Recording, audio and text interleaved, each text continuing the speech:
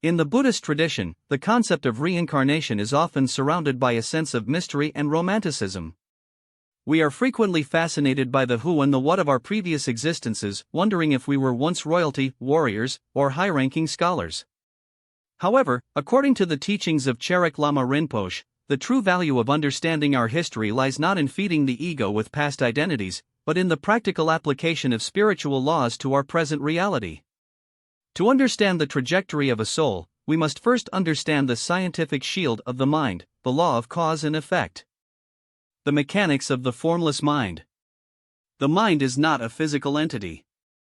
It is an actual formless continuum that exists beyond the five senses and the physical brain. To truly progress, we are asked to study and meditate on this continuum rather than dwelling solely on the results of concrete, physical desires. When we indulge only in the gross manufacturing of the material world, we lose sight of the subtle conditions that govern our happiness. All suffering we experience has both a direct cause and a conditional cause. This is the foundation of the Four Noble Truths, the recognition that while life is in the nature of suffering, that suffering is governed by the laws of equanimity and dependent arising. Everything in our current existence, from our health and finances to our emotional state, is in a constant state of flux or impermanence. The mirror of the present. There is a central maxim that serves as the ultimate diagnostic tool for the soul. If you want to know your past actions, look at your present conditions. If you want to know your future conditions, look at your present actions. Learning about the past is only useful if it serves as a lesson that prevents us from repeating mistakes.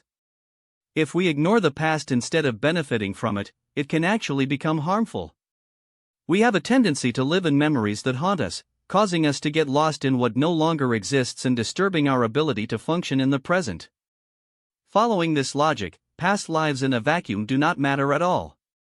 Because we cannot truly remember living or feeling a previous lifetime with absolute certainty, we cannot genuinely say we have learned from it directly. Whether you were a princess, a high lama, or a criminal in a past life is irrelevant if that knowledge is only used to feed a self-grabbing attitude or a sense of ego. Breaking the karmic chain. The knowledge of our past should never be used to fuel ideas of revenge or to bolster the ego. Regardless of who we were, we are still prone to anger, ignorance, and hatred in this moment. We remain deluded about the true nature of the self until we work on getting past these mental obscurations. To change your future for the better, you must recognize that your current situation is the result of past choices. This realization is not meant to create guilt, but to provide empowerment. If your past actions led you to this point, then your current actions have the power to lead you somewhere new.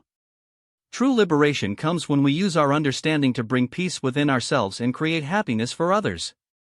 When you train yourself to prioritize compassion over the self-grabbing mind, you are effectively breaking the karmic chains of negativity. This is the path toward attaining enlightenment, learning to live in a state of constant awareness, where the past is a teacher and the present is the ultimate laboratory for change. Final thought. Nothing is revealed to a mind that is aimless or indiscriminate. The past serves as a lesson only when it teaches us how to live more mindfully today. By focusing on the development of the mind and the practice of compassion, the present life ceases to be meaningless and instead becomes the gateway to an enlightened future.